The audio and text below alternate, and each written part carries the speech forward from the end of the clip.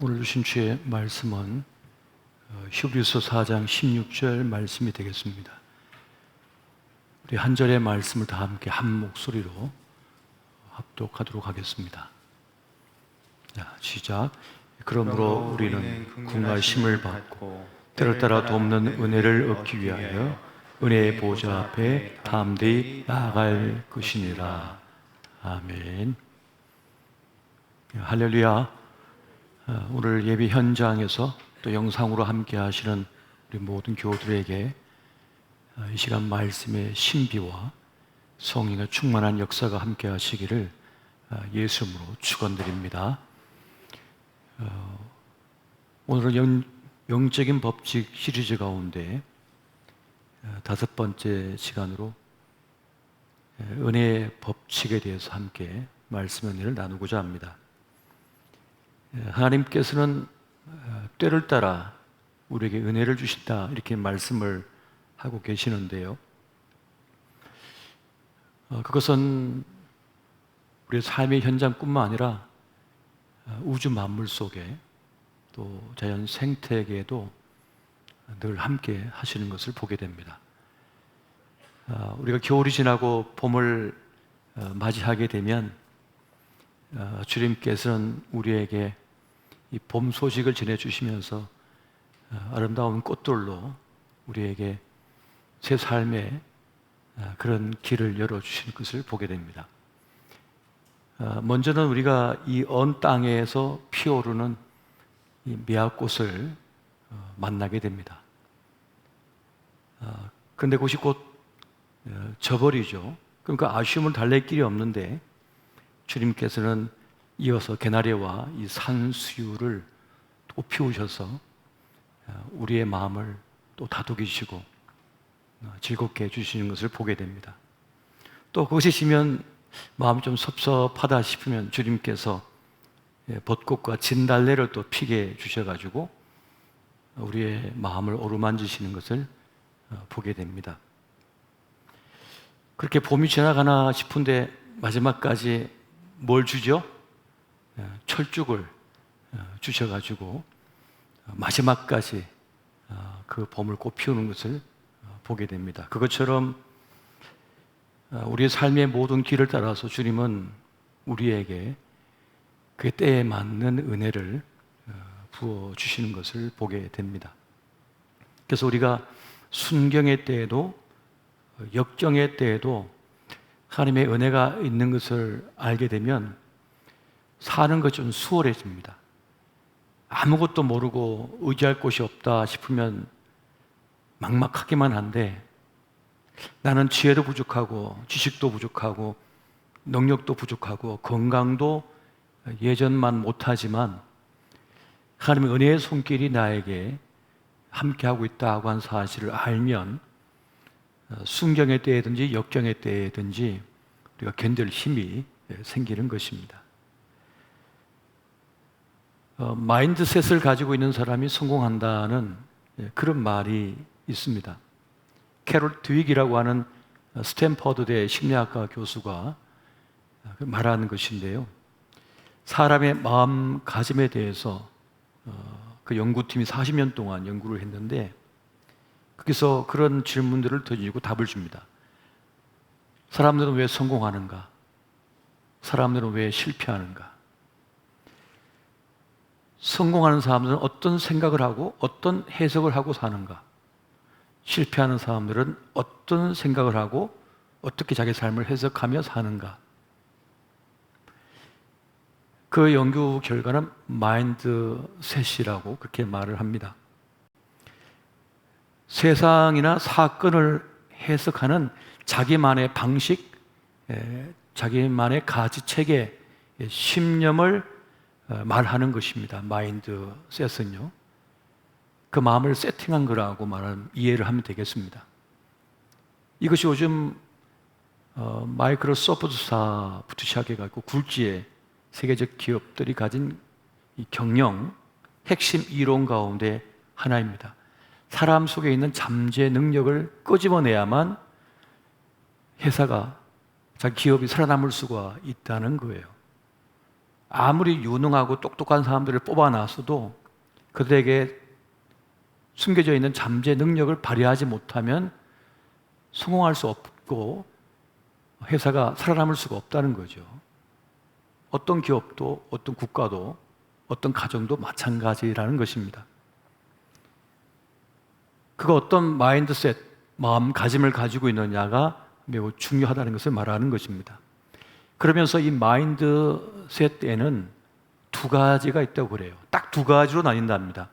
하나는 고정 마인드셋과 또 하나는 성장 마인드셋이라고 하는 것입니다. 그러니까 고정 마인드셋은 나는 변하지 않고 나는 성장할 수 없고 나는 그대로다. 나는 더 이상 나아지지 않을 것이다 라고 하는 마음가짐이 있고, 또 하나의 마음가짐은 나는 얼마든지 변화할 수 있고 성장할 수 있고 더 좋아질 수 있다라고 하는 그런 마음가짐이라는 것입니다. 그래서 한 5가지 척도가 있는데요. 도전을 만났을 때, 어떤 난관을 만났을 때, 그리고 노력을 해야 할 때, 또 무언가를 배우는 학습 동기 앞에서, 또 타인의 성공을 바라보면서 어떻게 하느냐, 여기에서 이 고정 마인드셋을 가진 사람, 성장 마인드셋을 가진 사람은 극명하게 다른 모습을 보인다는 것입니다. 그래서 잠깐 설명해 드리면, 이 고정 마인드셋을 가지고 있는 사람은 자신의 능력은 고정되어져서 움직이지 않는다는 거예요. 그러니까 더 이상 성장할 수도 없고 더 이상 나아질 수도 없다는 그런 마음가짐을 가진 사람이 있다는 겁니다. 그래서 어떤 도전을 해야 할 때 그걸 회피해 버린다는 거예요. 왜냐하면 나는 할 수 없다라고 하는 이 부정적인 생각이 마음속에, 무의식 속에 있기 때문에 어떤 것도 엄두를 내지 않는다는 겁니다. 그러면 도전을 포기하고 더 이상 나아가지 않기 때문에 그 사람에게 있는 숨겨진 잠재 능력이 발휘되지 못한다는 거예요. 그래서 그냥 머물러 있다는 것입니다. 사람이 뭔가 도전도 하고 실패도 해야지 그게 경험이 축적되어 가지고 좀 더 나은 삶을 살 수가 있는데 그냥 머물고자만 한다는 것이죠. 그래서 성장도 없고 발전도 없더라는 것입니다. 또 어떤 난관이나 장애물을 만났을 때 이런 사람은 패닉을 경험할 수밖에 없다는 거예요. 우리가 살면서 가장 힘든 일 가운데 하나가 뭡니까? 자녀 양육이라고 하는 것이죠.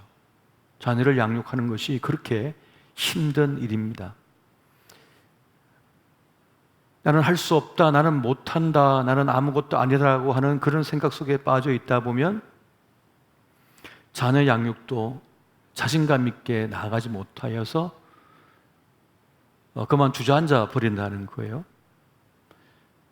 부모가 불안에 떨면 그 자녀도 불안에 떨 수밖에 없고, 그래서 같이 갇혀버린다는 겁니다. 어떤 문제를 만났을 때 엄마가, 아빠가 아이 보고 괜찮아, 이거 네가 이겨낼 수가 있어, 이건 우리가 벗어날 수 있어, 우리 넘어설 수 있을 거야 라고 이렇게 이야기를 해야 되는데, 어떤 문제 앞에서 부모가 벌벌 떨고 있으면, 특히 자녀 문제로 벌벌 떨고 있으면 어떡합니까? 그 자녀는 정말 자기에게 큰 문제가 발생한 줄 알고, 자기가 뭔가 치명적인 문제가 있는 줄 알고 아이가 그냥 거기서 멈춰버린다는 거예요. 갇혀버린다는 거죠. 이거 별거 아니야, 이거는 우리가 얼마든지 넘어설 수 있어, 설마 우리만 이 문제를 겪겠어? 우리와 똑같은 문제를 겪는 가정이 얼마나 많은, 수만 가정이 될 거야, 수십만 가정이 될 거야.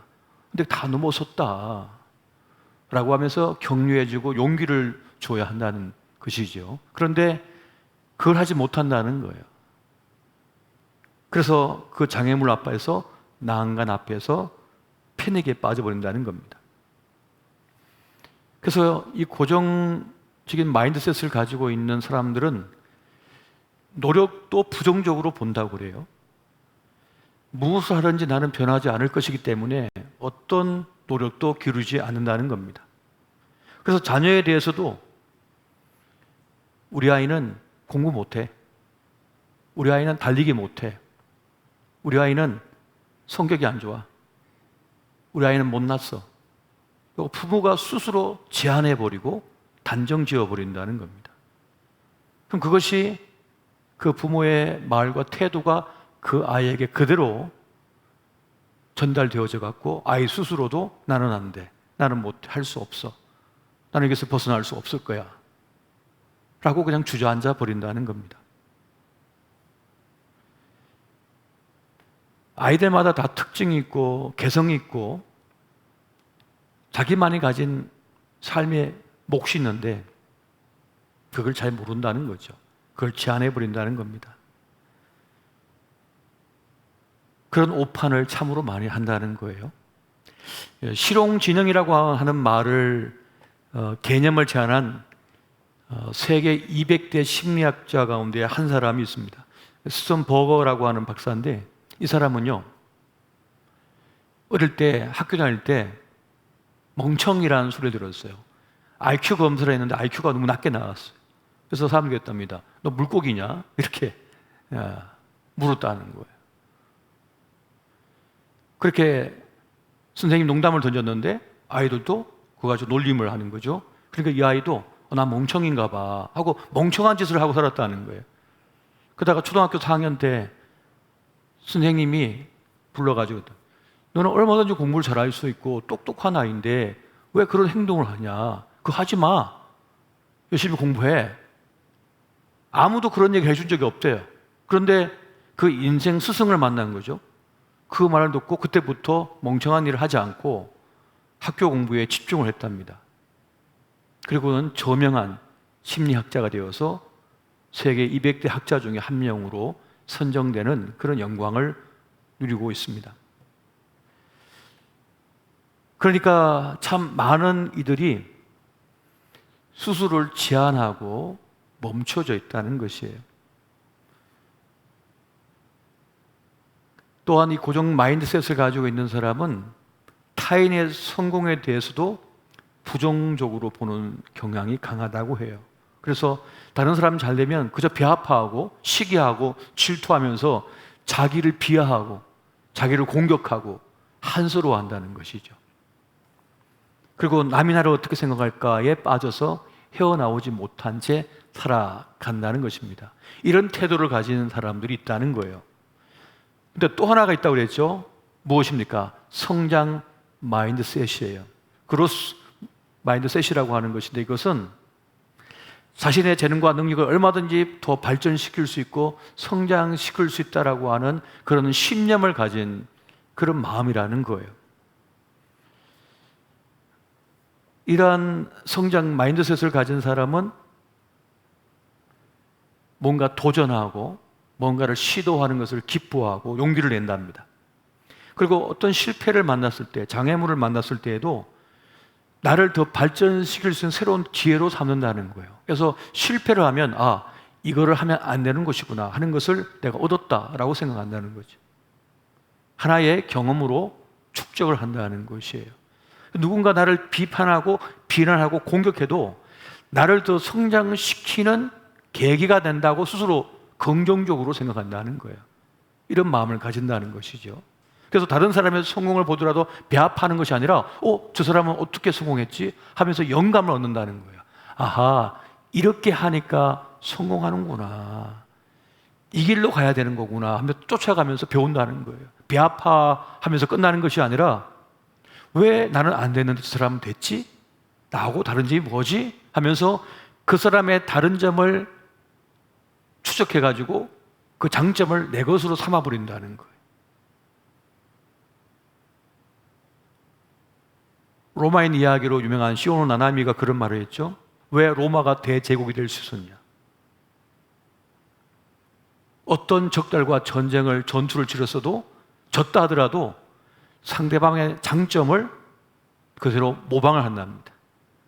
그들이 쏘는 활, 그들이 사용하는 창이, 칼이 강하면 그걸 그대로 가져와 가지고 그 모양으로 본떠서 만들어 가지고 다음 전쟁에 사용해 버린다는 거예요. 그러니까 흡수해 버리는 거죠. 스펀지처럼. 이렇게 배워 버린다는 거예요. 그런 마음을 가진 것이 뭐냐? 성장 마인드셋이라고 말을 합니다. 그렇게 이 성장 마인드셋을 기르기 위해서는 어릴 때부터 작은 것이지만 성취하는 것을 경험시켜가지고 자기 효능감을 경험시켜야 한다고 말을 합니다. 그러니까 나에게는 문제를 해결하고 더 발전시킬 수 있다, 그리고 나는 뭔가 이룰 수 있다라고 하는 자기 효능감, 성취감을 자꾸 경험시키면 공부에도 재미를 느끼고 어떤 놀이에도 재미를 느끼면서 성장해 간다는 거예요. 이러한 마음가짐을 갖게 하는 것이 매우 중요하다라고 말을 합니다. 그래서 이 자기 효능감을 갖게 하는 여러 가지 것 중에 하나가 뭐냐면 어떤 롤 모델을 갖게 하는 겁니다. 큰 바의 얼굴을 갖게 해서 나도 저 사람처럼 되고 싶어, 나도 저런 사람이 돼야지 하는 마음을 갖게 해서 따라하게 하는 것이죠. 그리고 그것을 할 수 있도록 옆에서 격려해주고 설득해주고 지지해주는 거예요. 어떤 개인이 설득하고 지지해주는 것이든지 아니면 공동체가 그를 지지해주고 그를 돌봐주고 그에게 좋은 훈련의 장이 되고 성장하도록 기회를 주는 것입니다. 이게 필요하다는 거예요. 제가 이 책을 읽고 이 부분을 좀 살펴보다가 꼭 내 얘기인데 하는 생각을 가졌어요. 사실 저희 아버지는 매우 엄격한 분이었거든요. 전에도 말씀드렸습니다만 실수를 절대 용납하지 않았어요. 처음 하는 건데도 못하면 혼내버리죠. 그래가지고 그 다음부터 뭘 한다고 말을 못해요. 혼날까 봐. 한번 딱 보여주고는 해봐. 못하면 혼내버리시는 거예요. 얼마나 무섭고 엄격한 분이셨는지 몰라요. 그래가지고 학교에서도 분명히 내가 알고 질문하고 싶은데 손을 못 들어. 혼날까 싶어가지고. 너무 주눅이 들어가지고. 너무 엄한 아버지라 가지고. 그런데 교회를 갔는데 교회 목사님이 얼마나 다독거리시고, 야, 잘한다. 너 너무 잘한다. 너 이거 하면 되겠다 하면서 목사님이 자기 아들 다루듯이 그렇게 품어주고 아껴주고 막 그렇게 데리고 다니셨어요. 여름날 캠핑 가면 같이 데리고 가가지고 그 비 오는 날 같이 이 텐트를 쳐놓고 말이죠. 같이 라면 끓여 먹고 둘이 누워가지고 목사님 기타 치시고 같이 노래 부르고 찬양하고 그리고 대화를 나누시고 그런 황금 기회를 제가 얻었거든요. 인생 스승을 만난 거죠. 그러면서 용기가 100배해지고 자신감이 생기고 그런 인생의 새로운 변화가 일어나죠. 그런 만남, 그런 돌봄, 그런 사랑, 그런 공동체, 그런 만남이 필요하거든요. 자기 효능감을 경험해 주는. 교회가 바로 그런 곳이 아닙니까? 교회가 바로 그런 곳이에요. 우리 아이들이 맨날 학교에서 그냥 콩나물처럼 거기서 앉아갖고 계속 지식만 그냥 계속 주입식으로 받다가 교회 와가지고 대화도 나누고 같이 캠프 가가지고 뛰고 다니고 하면서 그렇게 해서 새로운 시각이 열리고 새로운 이 지식의 재능의 길이 열려버리거든요. 그런 것을 경험한다는 거예요. 요즘 크리스찬 연예인 중에도 주일학교 성가대 쓰고 활동하고 그러다가 자기 재능 달란트 발견해가지고 그 길로 간 사례가 얼마나 많습니까? 이렇게 성장할 수 있는 마음가짐을 가지게 하는 게 매우 중요하다는 것을 말하고 있는 것입니다. 그렇게 볼 때 우리 그리스도인들에게는요, 이것을 더 넘어설 수 있는 마인드셋이 있습니다. 이 마음을 세팅하는 게 있어요. 그 의식이 뭡니까? 그 가치체계가 뭡니까? 바로 은혜의식이라는 거예요. 은혜의식이라고 하는 것입니다. 우리에게는 하나님의 은혜의식이 자리 잡고 있는 것입니다. 그러니까 그리스도 예수의 사람들은 은혜의 관점으로 모든 것을 보는 거예요. 사람이 아무리 성장 마인드셋을 가진다 할지라도 자기 지식과 능력과 경험을 넘어서는 일을 만나버리거든요. 아무리 자기 힘으로 하려고 해도 안 될 때가 있어요. 그럼 사람은 어떻게 합니까? 좌절해버리는 거예요. 그래서 끝나버리는 거예요. 그런데 우리에게 뭐가 있다고요? 은혜의식이 있다고요. 은혜의 마인드셋이 있는 거예요. 사람은 태어나는 것이 아니라 만들어진다는 말이 있습니다. 하나님께서는 우리를 은혜의 손길로서 만지시고 돌보시고 함께 하시는 거예요. 그래서 성경의 수많은 인물들, 그리고 오늘을 사는 많은 크리스천들이 하나님의 은혜를 경험하면서 그 은혜를 고백하면서 이 어려움의 때를 극복하고 이겨내고 있는 것을 보게 됩니다. 심지어는 넘어짐도 은혜다, 실패도 은혜다, 부족해도 은혜다, 이런 마음으로 그걸 다 이겨버리는 거죠. 우겨싸움을 당하고 거꾸로침을 당해도 거뜬한 거예요. 왜요? 내면에 어떤 믿음이 있습니까? 하나님의 은혜가 나에게 있다 하는 것을 가지니까 버텨버리는 거예요. 굴복하지 않은 거예요. 쓰러지지가 않는 것이죠. 그렇게 세상 무게를 이겨버리는 내적인 힘, 바로 은혜를 믿는 그 믿음이 우리에게 있다는 것입니다. 할렐루야. 오늘 그 은혜의 법칙에 대해서 몇 가지 살펴보고자 합니다. 첫 번째는 때를 따라 돕는 은혜가 우리에게 있다는 것입니다. 한번 따라해 보십시오. 때를 따라 돕는 은혜가 있다. 계절마다 우리에게 주시는 그 꽃들이 있는 것처럼, 바람이 있는 것처럼 때를 따라 돕는 은혜가 우리에게 지금 작동하고 있다는 것입니다.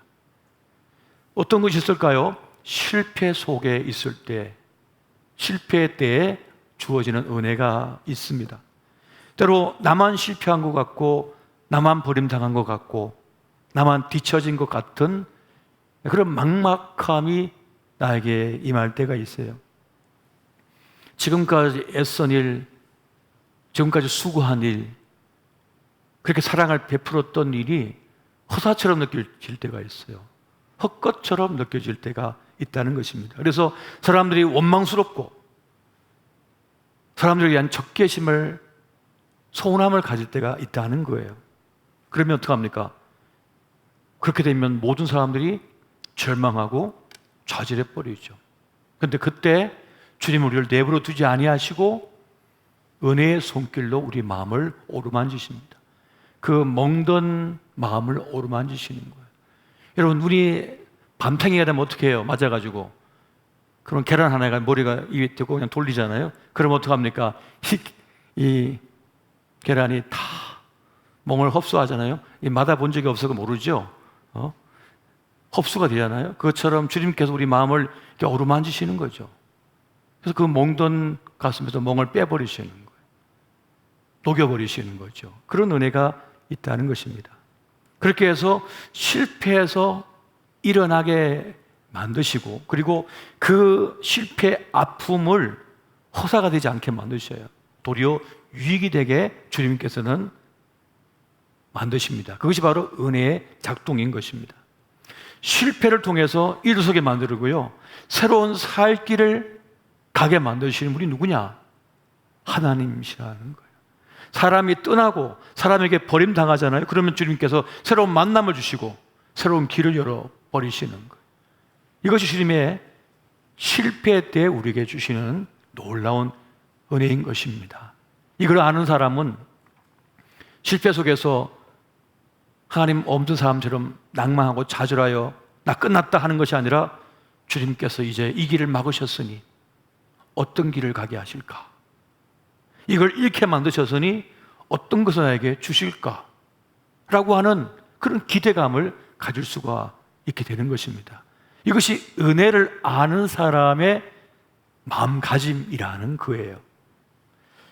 주님께서는 어떤 분이시라고 했습니까? 합력하여 선을 이루시는 분이시다. 그것이 악이든지 그것이 어두운 것이든지 그 어둠조차도 악조차도 새롭게 빚으셔가지고 선으로 바꾸어 내시는 분이 누구시냐? 바로 우리 하나님의 은혜라고 하는 사실입니다. 다윗이 쫓기고 도망 다닐 때는 아무것도 없고 끝장난 것 같았잖아요. 그런데 주님은 세상을 잃게 하시더니 하나님을 얻게 하셨고 나중에는 세상을 도로 얻게 해버리셨습니다. 놀라운 판도를 여시는 것을 여기서 우리가 볼 수가 있는 것이죠. 때로는 끊어야 할 것을 끊게 하기 위하여, 더 이상 그 사람을 안 만나게 하기 위하여 주님께서는 그 사건을 통하여 끊어버리게 만들고 헤어지게 만들고 새로운 길을 열어가시게 하더라는 거예요. 이것이 바로 위기의 때, 실패의 때 주시는 주님의 놀라우신 은혜인 것입니다. 할렐루야. 이걸 믿을 수가 있어야 되는 거예요. 이걸 믿을 수 있어야만 우리는 어떠한 형편과 상황 속에서도 견뎌낼 수가 있는 것입니다. 또한 그것은 사실이니까요. 진실이니까 그렇습니다. 또 하나는 제약 속에 있을 때입니다. 우리가 죄를 즐길 때가 있어요. 죄 속에 있으면서 죄가 아닌 줄로 생각할 수 있습니다. 지금 어둠의 길을 가고 있으면서도 어둠의 길인지 모를 때가 있습니다. 때로 우리는 불순종의 길에 설 때도 있어요. 불순종을 즐겨요.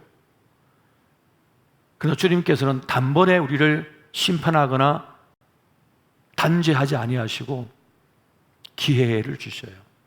회개의 기회, 돌이킬 수 있는 기회, 그리고 스스로 충분히 생각할 수 있는 여지를 주님께서는 우리에게 주십니다. 그래서 여러분 그런 때 있잖아요. 야, 저 사람은 가다가 뒤로 넘어져도 코가 깨졌으면 좋겠다 하는 사람이 있을 수 있잖아요.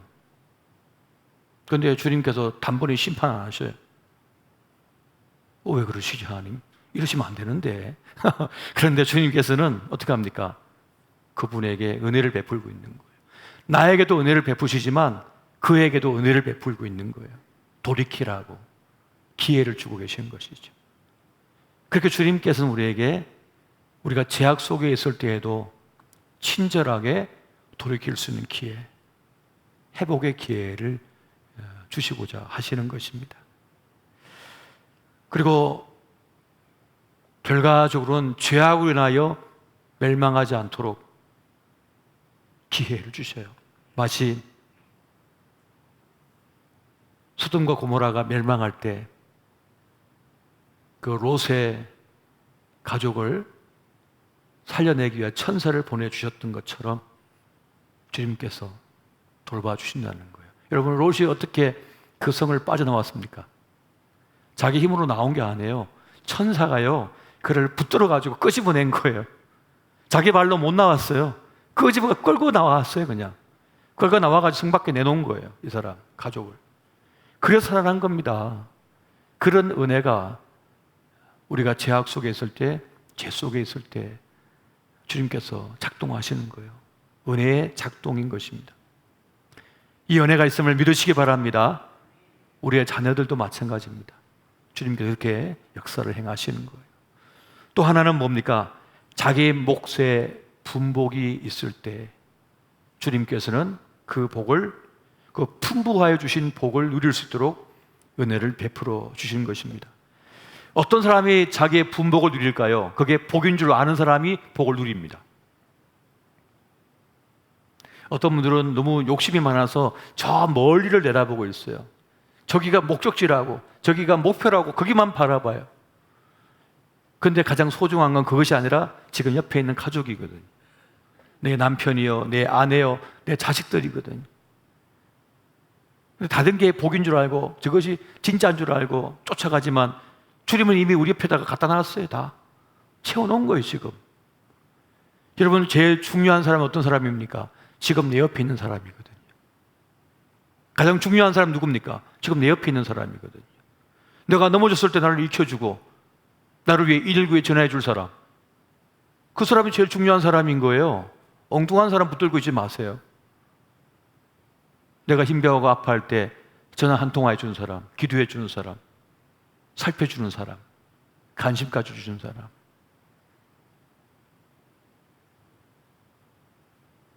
분복을 이룰 수 있도록 주님께서 우리를 깨닫게 해주셔요. 그것이 주님의 은혜인 것입니다. 우리는 영화나 인터넷이나 이런 걸 바라보면서 자꾸 현혹이 돼요. 그것이 아니라 지금 제일 소중한 것은 나 자신, 내 건강, 지금 내가 누릴 수 있는 것이에요. 주님은 이미 우리에게 그 소중한 것들을 이미 주신 것입니다. 그래서 그 어리석음에서 벗어날 수 있도록 주님께서 누군가를 통하여, 말씀을 통하여 성경 읽다가 묵상하다가 깨닫게 해주시고 그걸 누리도록 주님께서 은혜를 베풀어 주신다는 것입니다. 왜냐? 수많은 사람들이 자기에게 주어진 분복을 누리지 못한 채 쓰러지거든요. 어떤 분은 일만 하다가 끝나더라고요. 꼭두 새벽부터 밤늦도록 일만 하다가 끝나요. 뭐 했는가? 일만 하다 왔어요. 뭐 했냐? 돈만 벌다 왔어요. 돈 다 벌어놓고 가는 거예요. 그걸 누릴 수가 있어야 되는데, 번 돈 가지고 누릴 수가 있어야죠. 그 소중한 자식들하고 누릴 수가 있어야죠. 과도하게 목적을 위하여, 목표를 위하여 공부만 하다가 끝나는 거, 과도하게 돈만 벌다 끝나는 거, 과도하게 건물 관리만 하다가 끝나는 거.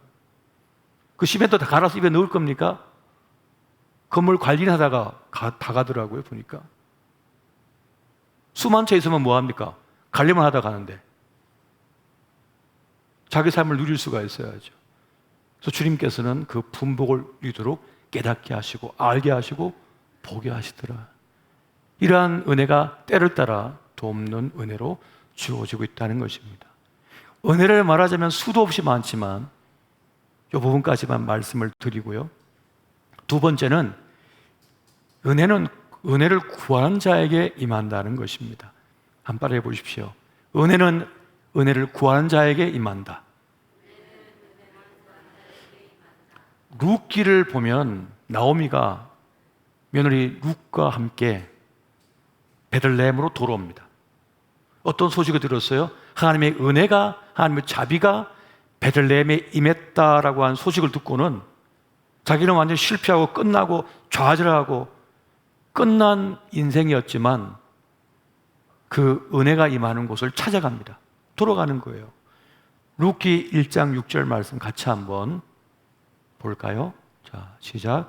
그 여인이 모압 지방에서 여호와께서 자기 백성을 돌보시사 그들에게 양식을 주셨다 함을 듣고 이에 두 며느리와 함께 일어나 모압 지방에서 돌아오려 하여. 아멘.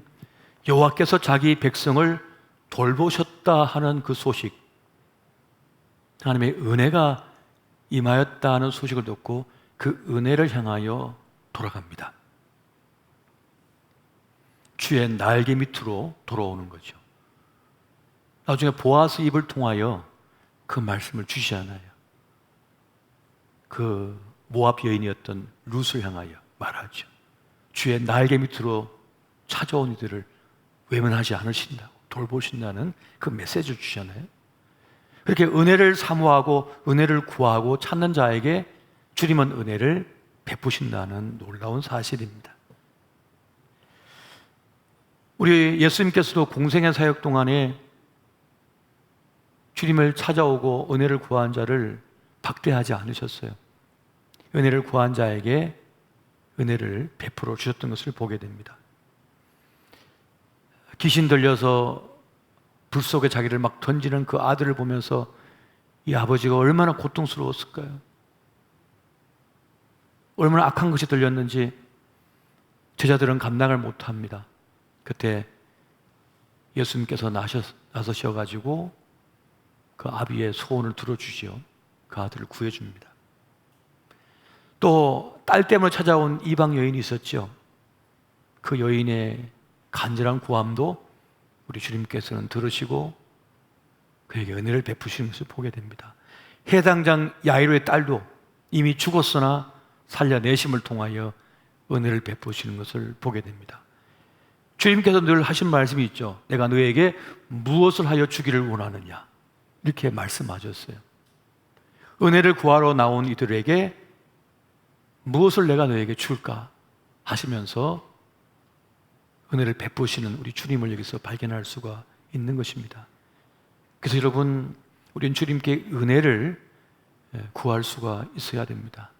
주님은 우리에게 은혜를 베푸시는 분이시기 때문에 그렇습니다. 은혜는 뭡니까? 자격이 없는 자에게 베푸시는 그 손길이에요. 복입니다.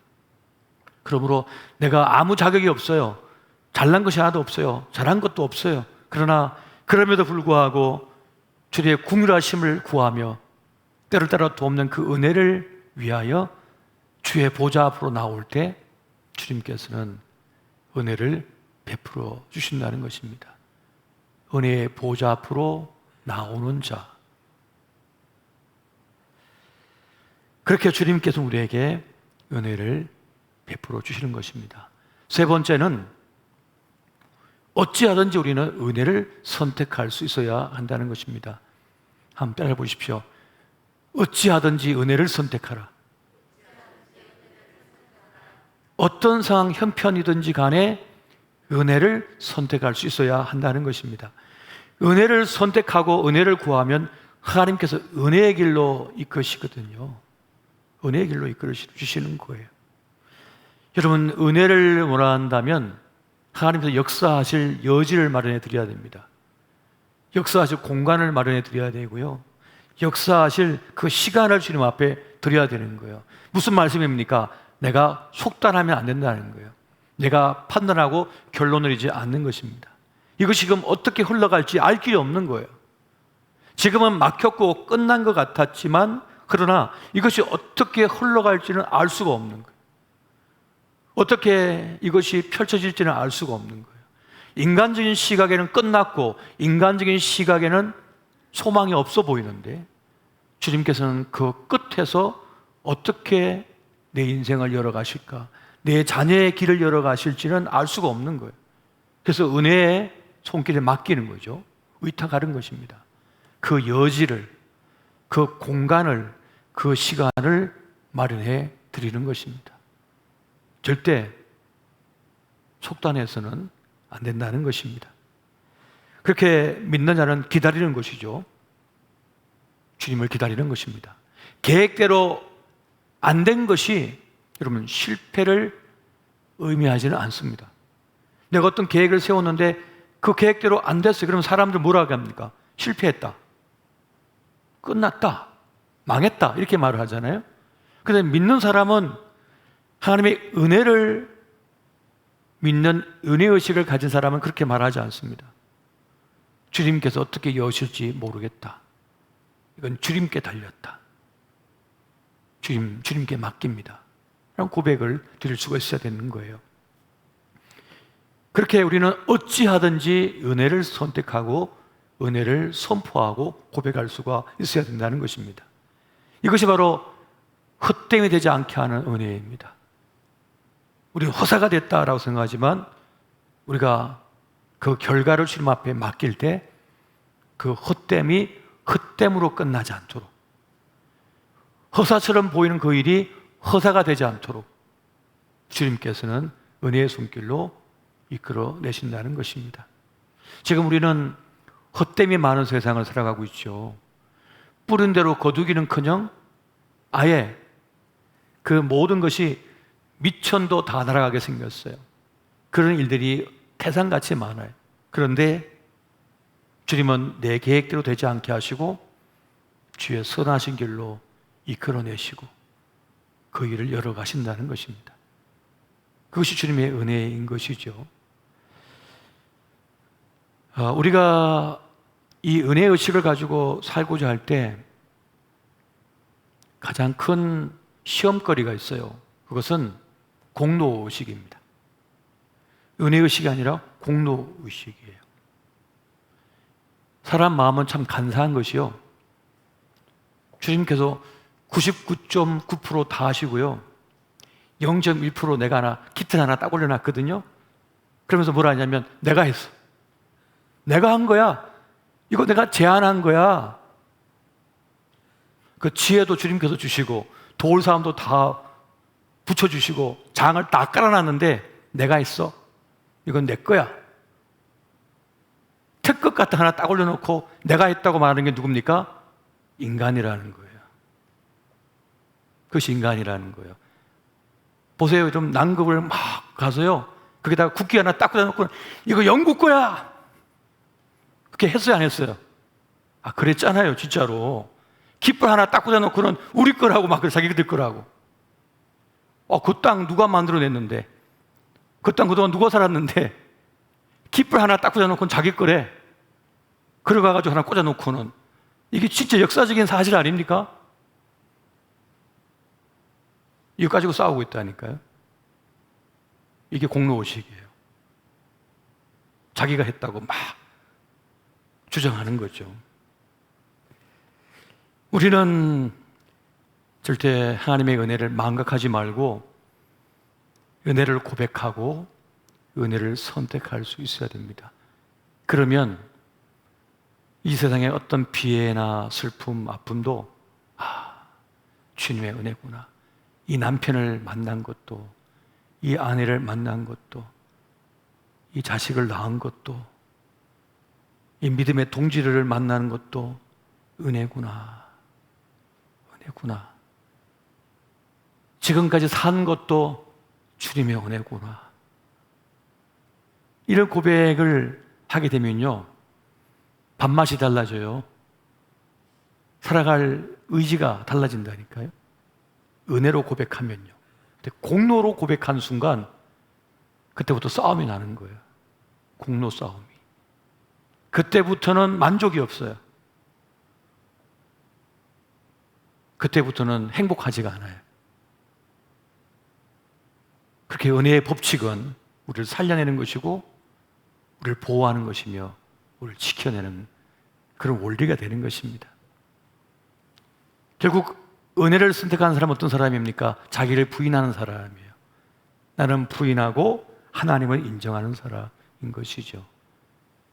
그런 이들은 그렇게 싸울 일도 없고 주님께 맡겨드리는 것이죠. 그래서 자기를 지켜내게 됩니다. 자기를 보호하게 되는 것입니다.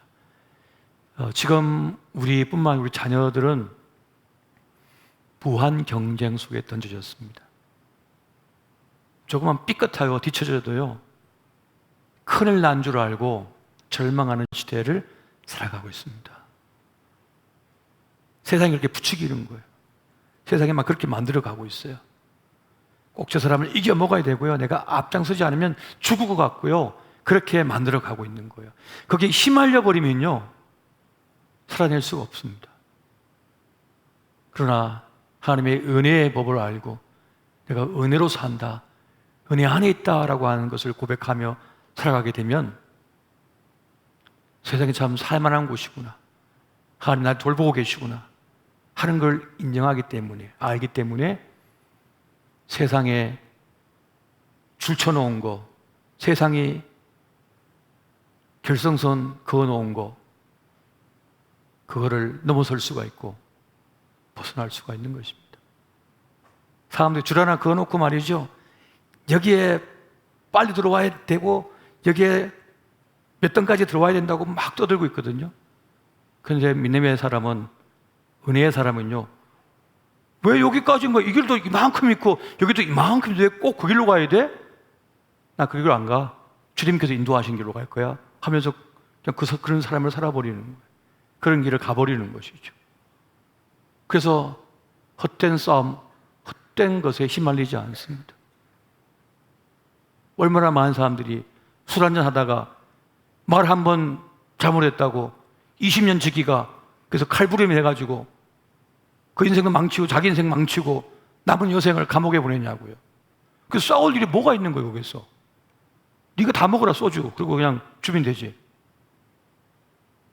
왜 그게 그런 인생이 되냔 말이에요. 세상에 깔아놓은 레이스로 살지 말고 주님께서 깔아놓은 레이스를 가면 되는 겁니다. 주님께서 판 까신 대로 가면 되는 거예요. 그렇게 하나님의 은혜를 믿고 살아내시는 저와 여러분 되시기를 예수 이름으로 축원드립니다. 우리가 이 시간 잠시 기도할 때 주님이 은혜를 잊지 않게 하여 주시고 주의 은혜로 살아내는 주님의 사람이 되게 하여 주옵소서. 가정의 달인 5월입니다. 하나님의 은혜가 함께하는 우리 가정이 되게 해주시고 은혜로 살아내는 우리 자녀들, 우리의 인생이 되게 해달라고 우리 이 시간 잠시 함께 기도하시겠습니다.